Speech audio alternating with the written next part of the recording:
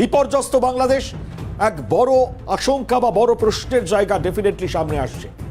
আপনারা জানেন যে চিন্ময় প্রভুর গ্রেপ্তারি এবং তারপর অশান্ত বাংলাদেশ, ভারত বাংলাদেশ সম্পর্কের গোটা পরিস্থিতি সেটা সম্বন্ধে আমরা প্রত্যেকেই ওয়াকিবহাল। সেই কোটা আন্দোলন থেকে শুরু আর এই মুহূর্তে দাঁড়িয়ে অন্তর্বর্তী সরকার, তারপর একে একে ছবিগুলো সম্বন্ধে আমরা প্রত্যেকে ওয়াকিবহাল।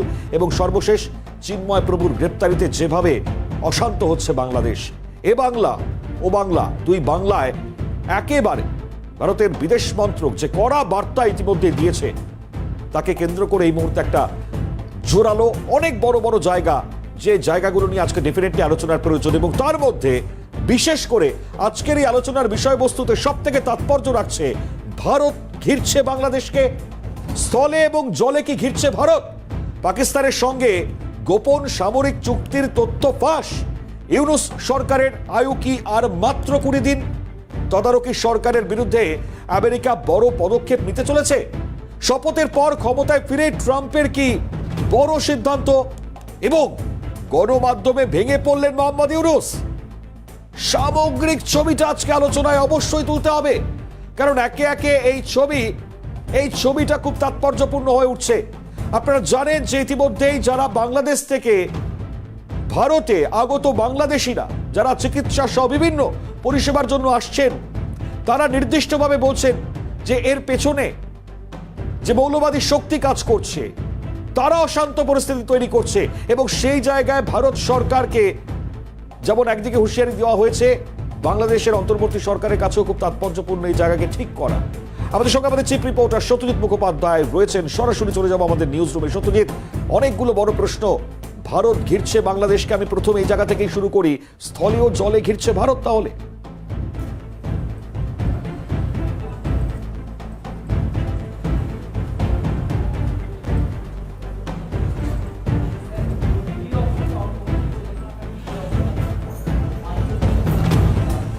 সত্যি শুনতে পাচ্ছ আমাকে? মনিময়, যে বিষয় আসছে, যে বিষয়টি আসছে, যে তথ্য আসছে এখনো পর্যন্ত যে আমরা জানতে পারছি, যখন আমরা এই প্রোগ্রাম করছি, এই অনুষ্ঠান থেকে আমরা বলার চেষ্টা করব যে নির্দিষ্টভাবে এখনো পর্যন্ত যখন আমরা এই জিরোয়ার করছি, বাংলাদেশকে বারংবার বলা হচ্ছে যে নির্দিষ্টভাবে তাদের নিয়ন্ত্রণ, তাদের সংখ্যালঘুদের উপর নির্যাতন নিয়ন্ত্রণ করার ভারত থেকে অন্তত 4 বার সতর্কবার্তা পাঠিয়েছে। কিন্তু এখনও পর্যন্ত যে আমরা অনুষ্ঠান করছি, গত রাত পর্যন্ত চট্টগ্রামের অন্তত 6টি জায়গায় এই হামলার ঘটনা ঘটেছে, এবং তার পরিপ্রেক্ষিতে যে ছবিগুলো আসছে তা একেবারে নারকীয়। যে বিষয়টা বলার চেষ্টা করব আমরা এখান থেকে, অনুষ্ঠান থেকে, যে বাংলাদেশ নিজের বিপদ মনিময় নিজেরাই ডেকে এনেছে। এবং নির্দিষ্টভাবে যে ছবি তৈরি হয়েছে যে বাংলাদেশের ক্ষেত্রে বাংলাদেশ সম্পর্কে আন্তর্জাতিক মহল অর্থাৎ ব্রিটিশ পার্লামেন্ট তারা প্রতিশোধের অভিযোগ আনছে। একাধিক সুপার পাওয়ার তারা বলছে বাংলাদেশ তাদের সঙ্গে বিশ্বাসঘাতকতা করেছে। কিভাবে করেছে সেই ছবি, বাংলাদেশের যে গোপন নীল নকশা অর্থাৎ ইউনূস সরকারের, তা ফাঁস হয়ে গেছে। নির্দিষ্টভাবে বাংলাদেশ সেটা বোঝার পরেই মোহাম্মদ ইউনূসের তদারকি সরকার যখন তাদের সঙ্গে চীনের দূরত্ব বেড়ে গেছে, তারা জাপানের সঙ্গে একটা প্রতিরক্ষা চুক্তির পথে এগোনোর চেষ্টা করছে। একটা কম দামে সাবমেরিন এবং কয়েকটা পুরনো এয়ারক্রাফট তারা সেই চুক্তির মধ্যে রাখছে বলেই বিভিন্ন জায়গা থেকে তথ্য উঠে আসছে। এবং সবথেকে গুরুত্বপূর্ণ বিষয় হলো যে তোমাকে বলবো যে লালমনিরহাটে যেমন তারা এয়ারবেস তৈরি করে ভারতকে ঘেরার পরিকল্পনা করেছিল, সেটা বুমেরাং হয়েছে ইতিমধ্যেই। এবং নির্দিষ্টভাবে তারা পাকিস্তানের সঙ্গে একটা গোপন সামরিক চুক্তি করেছে বা করার পথে, পাকিস্তানের সঙ্গে একটা গোপন সামরিক চুক্তির পথে মোহাম্মদ ইউনূসের সরকার। কি সেই চুক্তিটা হলো যে বাংলাদেশের মাটিতেই একটা ব্যালিস্টিক মিসাইলের ফ্যাক্টরি করার পথে হয়তো পাকিস্তান, এবং চলতি বছরেই ডিসেম্বর মাসেই পাকিস্তানের যারা মিসাইল এক্সপার্ট তারা বাংলাদেশে আসবেন, গাজীপুরের যে অর্ডিন্যান্স ফ্যাক্টরি আছে, এবং সেখানে তারা একটা ফ্যাক্টরি করার পরিকল্পনা করছেন। মূলত দূরপাল্লার নয়, স্বল্প পাল্লার যে ক্ষেপণাস্ত্র তা পাকিস্তান থেকে বাংলাদেশ কেনার চেষ্টা করছে। ট্রাম্পের আসার আগে পর্যন্ত এই ছবিটাই ছিল, বর্তমানে একদম ছবি পরিবর্তিত। ক্ষেপণাস্ত্রের ক্ষেত্রে যেটা মূল ব্যাপার বলা হচ্ছে শাহিন 1, যেটা 2000 থেকে 2500 পর্যন্ত পাকিস্তান দেবে বাংলাদেশকে, এরকম একটা আপাতভাবে সিদ্ধান্ত হয়েছে। এবং আরও একটি ক্ষেপণাস্ত্রের কথা বলা হচ্ছে, সেটা নির্দিষ্টভাবে তোমাকে বলবো বাবর ক্রুজ মিসাইল। প্রথম যেটা বলা হচ্ছে শাহিন 1, সেটা ব্যালিস্টিক মিসাইল, যার নাগালে থাকবে বিভিন্ন ভারতের বড় বড় জনপদ শহর, দিল্লি, মুম্বাই, কলকাতার মতো শহরগুলো বলে এই তদারকি সরকারের একটা প্ল্যানিং ছিল বলে একটা গোপন ছক, ইতিমধ্যে সেই ছকের তথ্য গোয়েন্দাদের হাতে এসে পৌঁছেছে। এবং অন্যদিকে বাবর ক্রুজ মিসাইল দিয়ে আমাদের যতগুলো বন্দর শহর আছে অর্থাৎ 900 কিলোমিটারের মধ্যে ঢাকা থেকে, সেগুলোকে নজর করা বা নজরের মধ্যে নিয়ে আসা এই পরিকল্পনা ছিল। তবে যে মুহূর্তে ভারত জানতে পেরেছে, গতদিন থেকে যে কথা আমরা বলছি, বাংলাদেশকে স্থল এবং জল সব দিক থেকে ঘিরে ফেলা হচ্ছে, ভারতের স্ট্র্যাটেজি অফিসিয়ালি সামনে সেই তথ্য এখনো আসেনি প্রতিবেশী রাষ্ট্র বলে, কিন্তু গোয়েন্দা রিপোর্ট তাই বলছে। অর্থাৎ বাংলাদেশের 3 দিকেই ভারতবর্ষ জলে, যে বঙ্গোপসাগরের তীরে বাংলাদেশ, তার 3 দিকেই আমরা, এবং একদিকে মায়ানমার, যার সঙ্গে বাংলাদেশের সম্পর্ক ভালো নয়, এবং তার পাশাপাশি পুরো এই যে নর্থ ইস্ট বর্ডার জুড়ে আমাদের সমস্ত ব্যালিস্টিক মিসাইল এবং আমাদের S-400কে অ্যাক্টিভ করে দেওয়া হয়েছে। তোমাকে বলবো, বাংলাদেশ যে মুহূর্তে ক্ষেপণাস্ত্র নিয়ে নাড়াচাড়া শুরু করেছে, ক্ষেপণাস্ত্রের কথা ভাবা শুরু করেছে, সেই মুহূর্তে ভারতের তরফে নির্দিষ্টভাবে যে তথ্য সামনে আসছে যে S-400 এবং তার পাশাপাশি তোমাকে বলবো MR-SAM, এই যে ক্ষেপণাস্ত্রটি ইসরায়েলের চুক্তি এবং ভারতের সহযোগিতা তৈরি হয়েছে, এগুলোকে অ্যাক্টিভ করা হয়েছে। এবং ছবিতে দেখাবো যে মুহূর্তে S-400-এর অপারেটিং সুইচ অন হবে, সেই মুহূর্ত থেকে ঠিক 10 মিনিটের মধ্যে 600 কিলোমিটারের মধ্যে বাংলাদেশ জাগরি থাকবে, একেবারে ধূলিসাৎ হয়ে যাবে। ভারতের প্রতিরক্ষামন্ত্রী রাজনাথ সিং তিনি একদম দ্রুত রাশিয়া যাচ্ছেন, সেই তথ্য আসছে। বেশ কিছু গুরুত্বপূর্ণ সামরিক চুক্তি এই বাংলাদেশ এবং পাকিস্তানের কথা মাথায় রেখেই পুতিন আসছেন সামনের বছরের শুরুতেই, তখন বেশ কিছু চুক্তি হবে।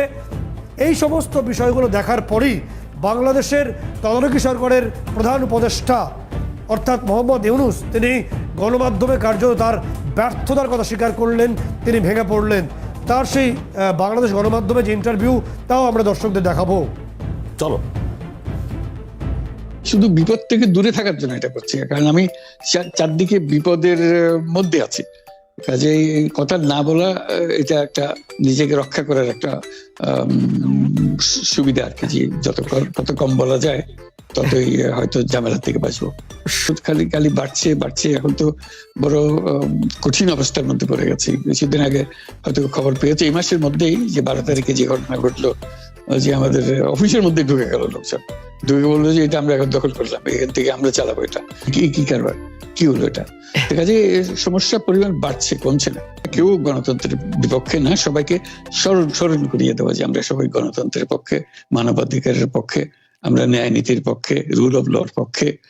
এইগুলো না থাকলে জাতি হিসেবে আমরা টিকে থাকবো না। তো যখনই মনে হচ্ছে যেগুলো এখন ফরেন ওয়ার্ডস হয়ে গেছে, তাতে মনে হবে যে আমাদের সমাজ হিসেবে আমাদের দায়িত্ববোধ অনেক বেড়ে গেল। এগুলোকে প্রতিষ্ঠিত করা, সোচ্চার করা, মুখ ফুটে বলা, এটা সবাইকে বলতে হবে, মুখ ফুটে বলতে হবে। নির্দিষ্টভাবে যে ছবিটা তৈরি হচ্ছে, তাতে একটা বিষয় পরিষ্কার হচ্ছে যে মণিময়, যে ছবি মোহাম্মদ ইউনূসের পালানোর জায়গা নেই। তিনি ঘরের মধ্যে তার বিপদ, তার বাইরে বিপদ। তিনি বাইডেনকে সঙ্গে নিয়ে যে পরিকল্পনা করেছিলেন গোপনে, সরাসরি ভারতের সঙ্গে পাড়ার কোনো প্রতিরক্ষার জায়গায় নেই, কারণ যে ইন্টারন্যাশনাল ইন্ডেক্সে ভারত এই মুহূর্তে 4th পজিশনে আছে সমরাষ্ট্রে, সেখানে বাংলাদেশ 37তম স্থানে, অর্থাৎ মাঝখানে 33টা দেশ, রাতারাতি আনা সম্ভব নয়। ফলে বাংলাদেশের পক্ষে ভারতকে সরাসরি যেহেতু আক্রমণ করা সম্ভব নয়, তাই পাকিস্তানের সহযোগিতা নিয়ে ভারতের মাটি, অর্থাৎ পাকিস্তান দেউলিয়া দেশ, তারা বাংলাদেশের মাটিকে ব্যবহার করে ভারতকে আক্রমণ করতে চাইছিল নানাভাবে, যে কারণে শাহিন 1 এবং বাবর ক্রুজ মিসাইল তারা কেনার পরিকল্পনা করেছিলেন, এবং জাপান থেকে কিছু পুরনো সাবমেরিন এবং এয়ারক্রাফট। চীন আপাততভাবে সরে গেছে বাংলাদেশ থেকে, যে কারণে জাপানের সঙ্গে তারা এগোনোর চেষ্টা করছে, যদিও জাপান কতটা এগোবে তা নিয়ে এখন সংশয়। এবং নির্দিষ্টভাবে এই সমস্ত তথ্য আসার পর বাংলাদেশের সঙ্গে অফিসিয়ালি এখনো পর্যন্ত নয়, কিন্তু নির্দিষ্টভাবে বিভিন্ন গণমাধ্যম এবং সোর্স থেকে যেটা আসছে, ভারত তার এন্টায়ারলি পণ্য পাঠানো বন্ধ করেছে। বাংলাদেশে এই মুহূর্তে খুচরো বাজারের অত্যন্ত মূল্যবৃদ্ধি ঘটেছে, পেঁয়াজ আলুর দাম অত্যন্ত বেড়ে গেছে। এন্টায়ার বর্ডার কার্যত সিল করে দেওয়া হয়েছে বাংলাদেশের সঙ্গে বাণিজ্যের ক্ষেত্রে। এবং আমরা ভুবনেশ্বরের ছবি দেখাবো। ভুবনেশ্বর, সেখানে গতকাল থেকেই নৌবাহিনী মহড়া শুরু করেছে তাদের যাবতীয় এয়ারক্রাফট নিয়ে এবং যাবতীয় সমরাস্ত্র নিয়ে। এই ভুবনেশ্বরের ঠিক উল্টো দিকেই রয়েছে বাংলাদেশের মংলা বন্দর। এটা বুঝিয়ে দেওয়া যে কোনো মুহূর্তে বাংলাদেশের বন্দর আমাদের আওতার মধ্যেই থাকবে। এবং তোমাকে বলে রাখবো নির্দিষ্টভাবে যে বাংলাদেশের অভ্যন্তরে সেখানে সেনাবাহিনীর মধ্যে ইতিমধ্যে বিদ্রোহ শুরু হয়েছে, কারণ পাকিস্তানের সঙ্গে যারা যেতে চাইছে না তারা বিদ্রোহ করছে এবং তাদের প্রতি অর্থাৎ জামাতের লোকজন সেনাবাহিনীকে অসম্মান করছে। সেই অসম্মানীয় সেনাবাহিনী একেবারে ক্ষিপ্ত এবং সেই ক্ষোভের আগুনে পুড়ছে এই মুহূর্তে বাংলাদেশের সেনাবাহিনী।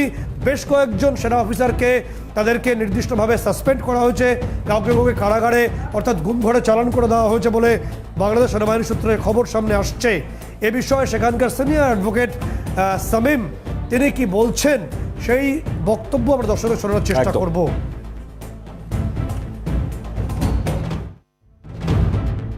সেনা সদস্যদেরকে মোদির সন্তান বলা হচ্ছে, হাসিনার প্রেতাত্মা বলা হচ্ছে, ফ্যাসিবাদী বলা হচ্ছে।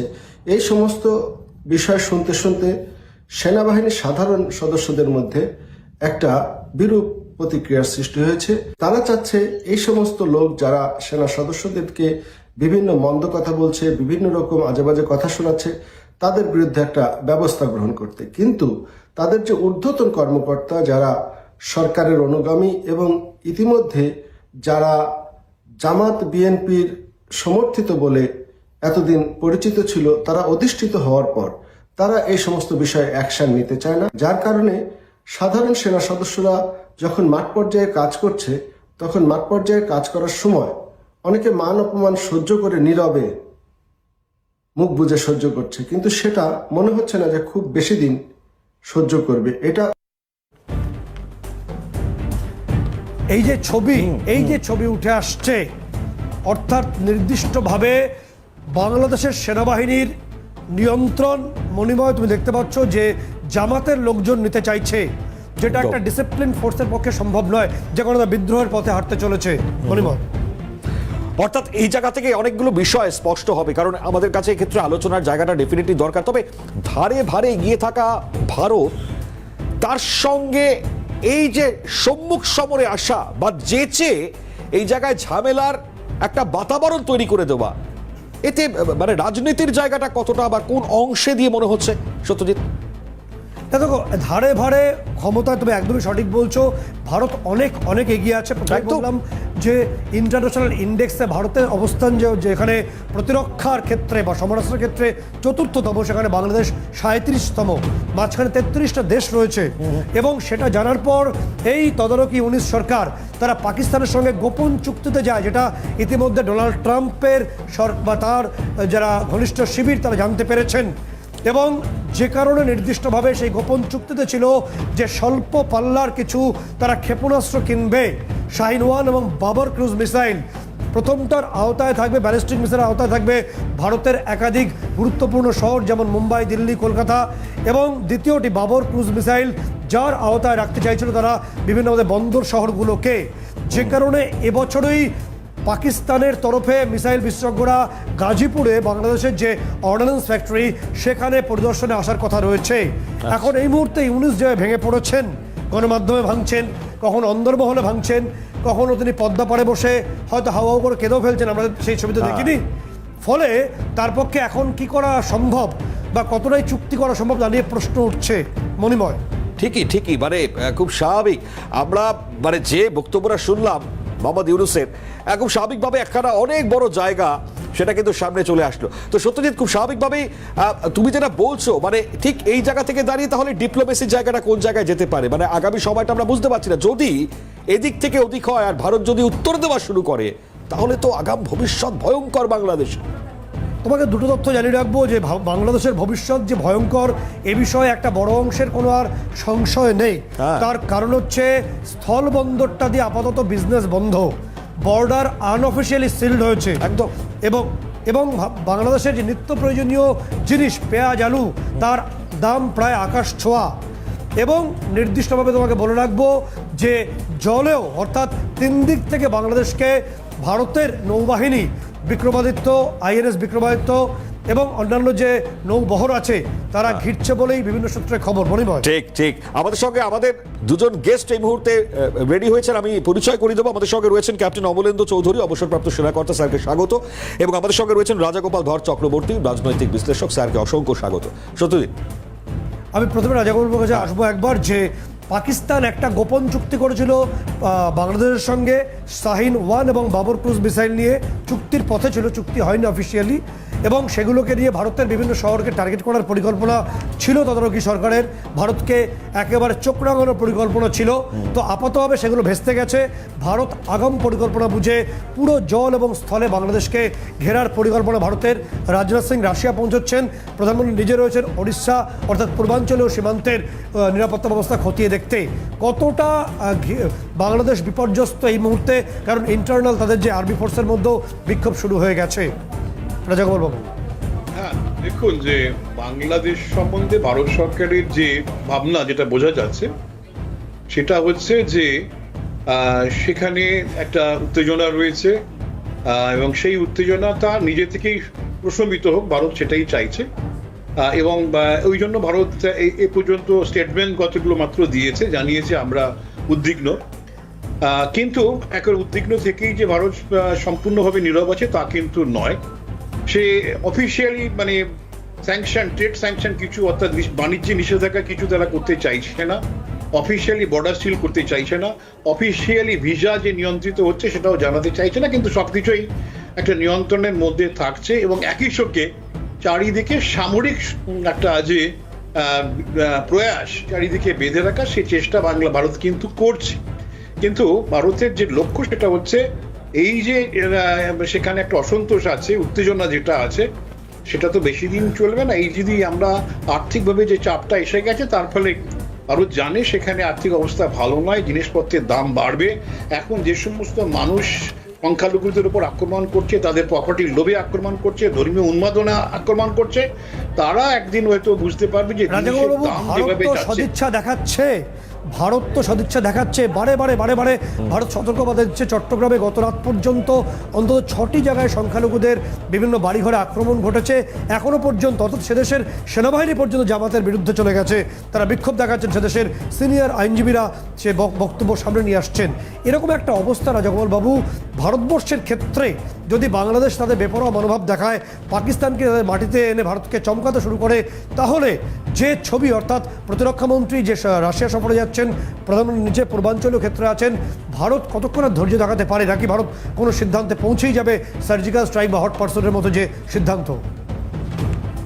হ্যাঁ, দেখুন মানে আফগানিস্তানে হিন্দু শূন্য হয়েছে, পাকিস্তানে হিন্দু শূন্য প্রায় 2%, 15 থেকে 2% হয়ে গেছে স্বাধীনতা থেকে। তো বাংলাদেশ সম্বন্ধে যেটা আশা, সেখানে একটা প্রগতির সমাজ রয়েছে দীর্ঘদিন ধরে, সেই আশাতেই ভারত কিন্তু এতকাল ছিল। কিন্তু যেভাবে যে শেখ হাসিনার বড় সময় আমরা দেখলাম হিন্দুদের উপর সেভাবে আক্রমণ ঘটেনি, এবং কয়েকটা পিরিয়ডে আমরা দেখেছিলাম হিন্দু জনসংখ্যা কিছুটা বেড়েছে। আমাদের আশা যথেষ্ট ছিল, আমাদের মন্ত্রী পার্লামেন্টে বিবৃতি দিয়েছিলেন যে হিন্দু জনসংখ্যা সামান্য হলেও বেড়েছে। যাই হোক, বাংলাদেশের সম্বন্ধে একটা আশা ছিল, কিন্তু দেখা যাচ্ছে যে মৌলবাদ সারা আফগানিস্তান পাকিস্তানকে ঘিরেছে, একই মৌলবাদ এখানে বিরাটভাবে এসে গেছে। সেখানকার প্রগতিশীল সমাজ নিরুপায় অবস্থায় রয়েছে। এই জায়গায় দাঁড়িয়ে দেখুন, আমরা তো ভারতবর্ষ বাংলাদেশকে আক্রমণ করতে পারি না। আমরা বালাকোটে আমাদের নির্দিষ্ট ছিল, আমরা আক্রমণ করেছি, বাংলাদেশের যেসব জঙ্গি ঘাঁটি ছিল ভেঙে দিয়েছি, মিয়ানমারে জঙ্গি ঘাঁটি ভেঙেছি। এখানে হিন্দুদের উপর আক্রমণ করছে সারা বাংলাদেশ জুড়ে, কোন ঘাঁটি আমরা ভাঙবো? ফলে চট্টগ্রামে ঘাঁটি ভাঙার সম্ভাবনা আছে। আমি একটু অবসরপ্রাপ্ত সেনাকর্তা ক্যাপ্টেন অমরেন্দ্রবাবুর কাছে আসবো, এবং নির্দিষ্টভাবে যে প্রশ্ন আপনার কাছে স্যার রাখবো, যে নির্দিষ্টভাবে ছবিটা উঠে আসছে সেটা হলো এরকমই, যে বাংলাদেশ যে গোপনে পাকিস্তানের সঙ্গে চুক্তি করে তাদের মিসাইল স্ট্রাকচারকে বাড়াতে চাইছিল এবং শাহিন বাবর ক্রুজ মিসাইল কিনতে চাইছিল, তার পরিপ্রেক্ষিতে ভারতের S-400 রেডি আছে এবং ভারতের S-400-এর সুইচ অন করলে ঠিক মিনিট দশেকের মধ্যে এন্টার বাংলাদেশের বড় বড় শহর ধূলিসাৎ হওয়ার সম্ভাবনা, অর্থাৎ বাংলাদেশের নিষ্ক্রিয় হওয়া সম্ভব। এবং সম্ভবত রাশিয়া সফরে গিয়ে রাজনাথ সিং এবার যেটা বলা হচ্ছে যে যেটা নির্দিষ্টভাবে হোয়াইট সোয়ান, যে কার্পেট বম্বিং করার যে এয়ারক্রাফট, সেটা হয়তো ভারত হাতে পেতে চলেছে, সঙ্গে S-500-এর সঙ্গে চুক্তি হতে পারে। ভারত কতটা শক্তিশালী হতে চলেছে সামরিক ক্ষেত্রে? দেখুন, একটা জিনিস খুব পরিষ্কার আমাদের জানা দরকার যে ভারত আক্রমণ করলে, যদি আক্রমণাত্মকভাবে মানে সত্যিকারের যদি যুদ্ধ করতে যায়, এখানে ওইটুকু এরিয়াকে ধূলিসাৎ করা খুব একটা সময় লাগে না। কিন্তু একটা জিনিস আমাদের মধ্যে আছে, মনে রাখতে হবে যে বাংলাদেশের সঙ্গে আমাদের যখন 71-এর অপারেশন হয়, সেই সময়কার আমাদের কাছে সবচাইতে বড় টাস্ক যেটা ছিল যে লোক যেন না মরে, খালি পাকিস্তানিদের ধরে ধরে মারতে হবে। এখন ইন্ডিয়া কোনো সময় চাইবে না যে বাংলাদেশ ধ্বংস হয়ে যাক, কারণ সেখানকার যে জিহাদি যারা আছে তাদের পার্সেন্টেজ 10 থেকে 12%, এবং তারাই পুরো দেশটাকে অস্থির করে রেখেছে। 80 থেকে 90% কিন্তু যারা পাবেন তারা কিন্তু সাধারণ মানুষ, তারা কিন্তু সুখে শান্তিতে থাকতে চায় এবং দেশের প্রোগ্রেসটা দেখতে চায়। এইরকম মুহূর্তে একটা শক্তি যে আক্রমণ করলো, এটা কিন্তু খুব বড় ধরনের প্ল্যান, এবং যেটাকে সামনে রাখা হলো ডক্টর মোহাম্মদ ইউনূসকে। তার একমাত্র কারণ হচ্ছে তার পার্সোনালিটি একটা বিশ্বব্যাপী ছিল বা আছে, সেই পার্সোনালিটিসকে এনক্যাশ করবার জন্যে একটা বড় ধরনের যে পাওয়ার, যারা মানে বিশ্বে একটা অশান্তি ছড়াতে চায়, সেইটাই এরা এখানে করবার চেষ্টা করেছিল। যার জন্যে প্রথমে খুব গলা জড়াজড়ি করে ছবি তুলে ফটো সেশন করে সেন্ট মার্টিন ইয়েটাকে দেবার জন্যে শুরু করলো। তারপরেই আবার আমাদের লালমনিরহাটে একটা এয়ারপোর্ট তৈরি করবার চেষ্টা করলো, এবং এই যে জিনিসটা করছে, এটা অনেক কিছু উনি প্রথমে গ্রাউন্ড ওয়ার্ক করে রেখেছিলেন যাতে ঠিক একদম আপনি সঙ্গে থাকুন। অর্থাৎ একটা বিষয় মণিময় পরিষ্কার, যেটা বলছিলেন আমাদের সম্মানীয় অতিথিরা, যে ভারতকে ঘেরার যে সূক্ষ্ম পরিকল্পনা তা করেছিলেন মোহাম্মদ ইউনূস। বুদ্ধিমত্তার সঙ্গে লালমনিরহাট এয়ারবেস, ভারতকে ঘেরার চেষ্টা এবং পাকিস্তানের সঙ্গে সমরাস্ত্র কিনে ভারতকে চোখ রাঙানো, ভারতের সঙ্গে বার্গেনিংয়ের চেষ্টা তিনি করছিলেন। সব ব্লুপ্রিন্ট ফাঁস হয়ে গেছে, নীল ছক ফাঁস হয়ে গেছে, তিনি গণমাধ্যমে ভেঙে পড়েছেন। তোমাকে বলবো যে হোয়াইট সোয়ান ভারত হাতে পেতে চলেছে। এটাকে বলে কার্পেট বম্বিং একটা এয়ারক্রাফট, যেটা কলকাতা থেকে যদি আমরা ছাড়ি 1 ঘন্টার মধ্যে বাংলাদেশ এন্টারলি ধূলিসাৎ হয়ে যাবে। S-400-এর সঙ্গে বাদবাকি এয়ার ডিফেন্স সিস্টেম অন করলে বাংলাদেশকে চোখের সর্ষে ফুল দেখতে হবে। ফলে সেই দিন না আসুক, যেন এটাই প্রার্থনা করেন বাংলাদেশের অধিকাংশ মানুষ। তবে জামাত গোষ্ঠী এই মুহূর্তে ভারতীয় গোয়েন্দাদের নজরে রয়েছে, তাদের ভূমিকা নজরে রয়েছে। ফলে কিভাবে ভারত কিভাবে ঘিরবে বাংলাদেশকে এবং কতটা ঘেরা হবে, সেটা সময় বলে দেবে, এবং সময়ের সঙ্গে সঙ্গে সেটা আরো পরিষ্কার হয়ে উঠবে। একেবারেই তাই। আমার একদম সবাই নেই তো, আমাকে আজকে অনুষ্ঠান এখানে শেষ করতে হবে। অসংখ্য ধন্যবাদ জানাবো আমাদের অতিথিকে এবং সত্যি তোমাকেও। খুব স্বাভাবিকভাবেই দেখুন, চোখে সর্ষে ফুল দেখবে বা দেখবার মতন পরিস্থিতি যাতে তৈরি না হয়, তার জন্য বাংলাদেশের অন্তর্বর্তী সরকার, তাদের তরফ থেকে এখন কি বার্তা আসবে বা ছবিটা কি কোনো রকম পরিবর্তন হয় কিনা, ভারত কিন্তু অপেক্ষা করছে, দেখছে প্রত্যেকটা বিষয়। আগামী পদক্ষেপ কোন জায়গায় যাবে ভারতে, তার জন্য আমাদের অপেক্ষা করতে হবে। অন্যান্য সব খবরের জন্য আপনাদের নজর থাক CNN।